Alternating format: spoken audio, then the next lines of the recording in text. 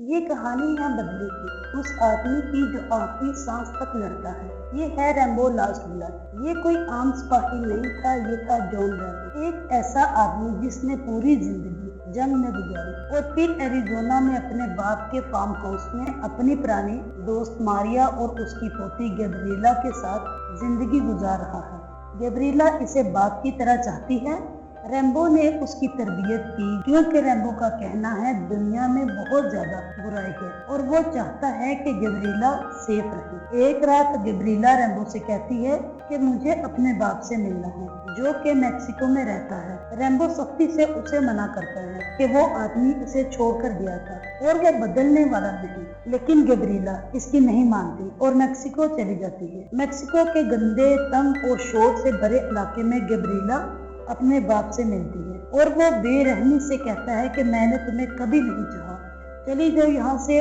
और ये सुनते ही गैब्रिएला रोने लग जाती है। गीजल जो कि गैब्रिएला की दोस्त है उसे करीबी क्लब में ले जाती है और वहाँ मैक्सिको का जराइम पेशा गिरोह कार्टेल इसे नशा आवर चीज इसकी ड्रिंक में पिलाकर इसे अगवा कर लेता है। जब रैम्बो को गैब्रिएला की गुमशुदगी के बारे में पता चलता है, रैम्बो मैक्सिको पहुंच जाता है, गैंग के ठिकाने पर जाता है और उनका दरवाजा तोड़ देता है। गुस्से की हालत में गन सीधी करता है और एक एक करके सबसे पूछता है कि गैब्रिएला कहाँ है, लेकिन कार्टेल के लीडर मार्टिन्स ब्रदर इसे घेर लेते हैं। वो रैम्बो को इतना मारते हैं कि रैम्बो जख्मी हो जाता है। इसे जमीन पर फेंक कर कहते हैं कि ये हमारा इलाका है, तुम कुछ नहीं कर सकते। वो इस पर कार्टेल का निशान भी जलाकर लगा देते हैं और इससे इसका ड्राइविंग लाइसेंस भी ले लेते हैं, जिसमें रैम्बो के फार्म हाउस का पता और गैब्रिएला की तस्वीर लगी होती है। रैम्बो को एक सहाफी खातून बचाती है और उसे कार्टेल की दुनिया का बताती है और ये भी बताती है कि गैब्रिएला कहाँ है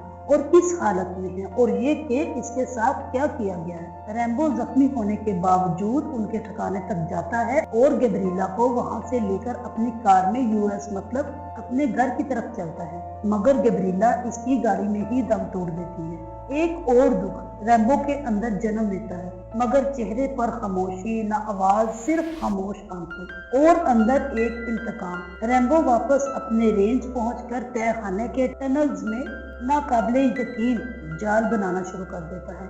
बारूदी सुरंगें, तीर छोड़ने वाले ट्रैप्स, धमाके वाले फंदे, दीवारों में छुपे चाकू। कार्टेल रैम्बो के घर पर फायरिंग करता हुआ आता है, लेकिन जैसे ही वो जमीन पर कदम रखते हैं, रैम्बो के जाल एक एक करके अपना काम करना शुरू कर देते हैं और पूरा रेंज जंग का मैदान बन जाता है। और आखिर में रैम्बो शूटगन और हंटिंग नाइफ के साथ मार्टिन्स का पीछा करता है। आखिर में रैम्बो हाथ में तीर कमान पकड़े खुद जख्मी हालत में होने के बावजूद, लेकिन आंखों में सिर्फ इंतकाम, वो कहता है कि ये गैब्रिएला के लिए। फिर सब खत्म। इस मूवी को डायरेक्ट किया है एड्रियन ग्रनबर्ग ने और मूवी की शूटिंग असल मैक्सिको में नहीं बल्कि बुल्गारिया और स्पेन में की गई थी, ताकि फाइनेंशियली लिहाज से लागत कम से कम रखी थी और बुल्गारिया के ही स्टूडियो में जमीन के नीचे टनल्स और बनकर सेट बनाए गए थे। इस मूवी की शूटिंग तकरीबन 2 माह के अरसे में मुकम्मल की गई।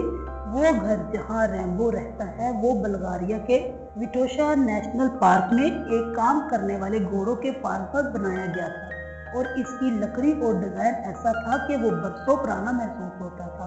इस मूवी की शूटिंग करते हुए 72 साल रैम्बो को काफी ज्यादा फिजिकल चैलेंजेस का सामना करना पड़ा।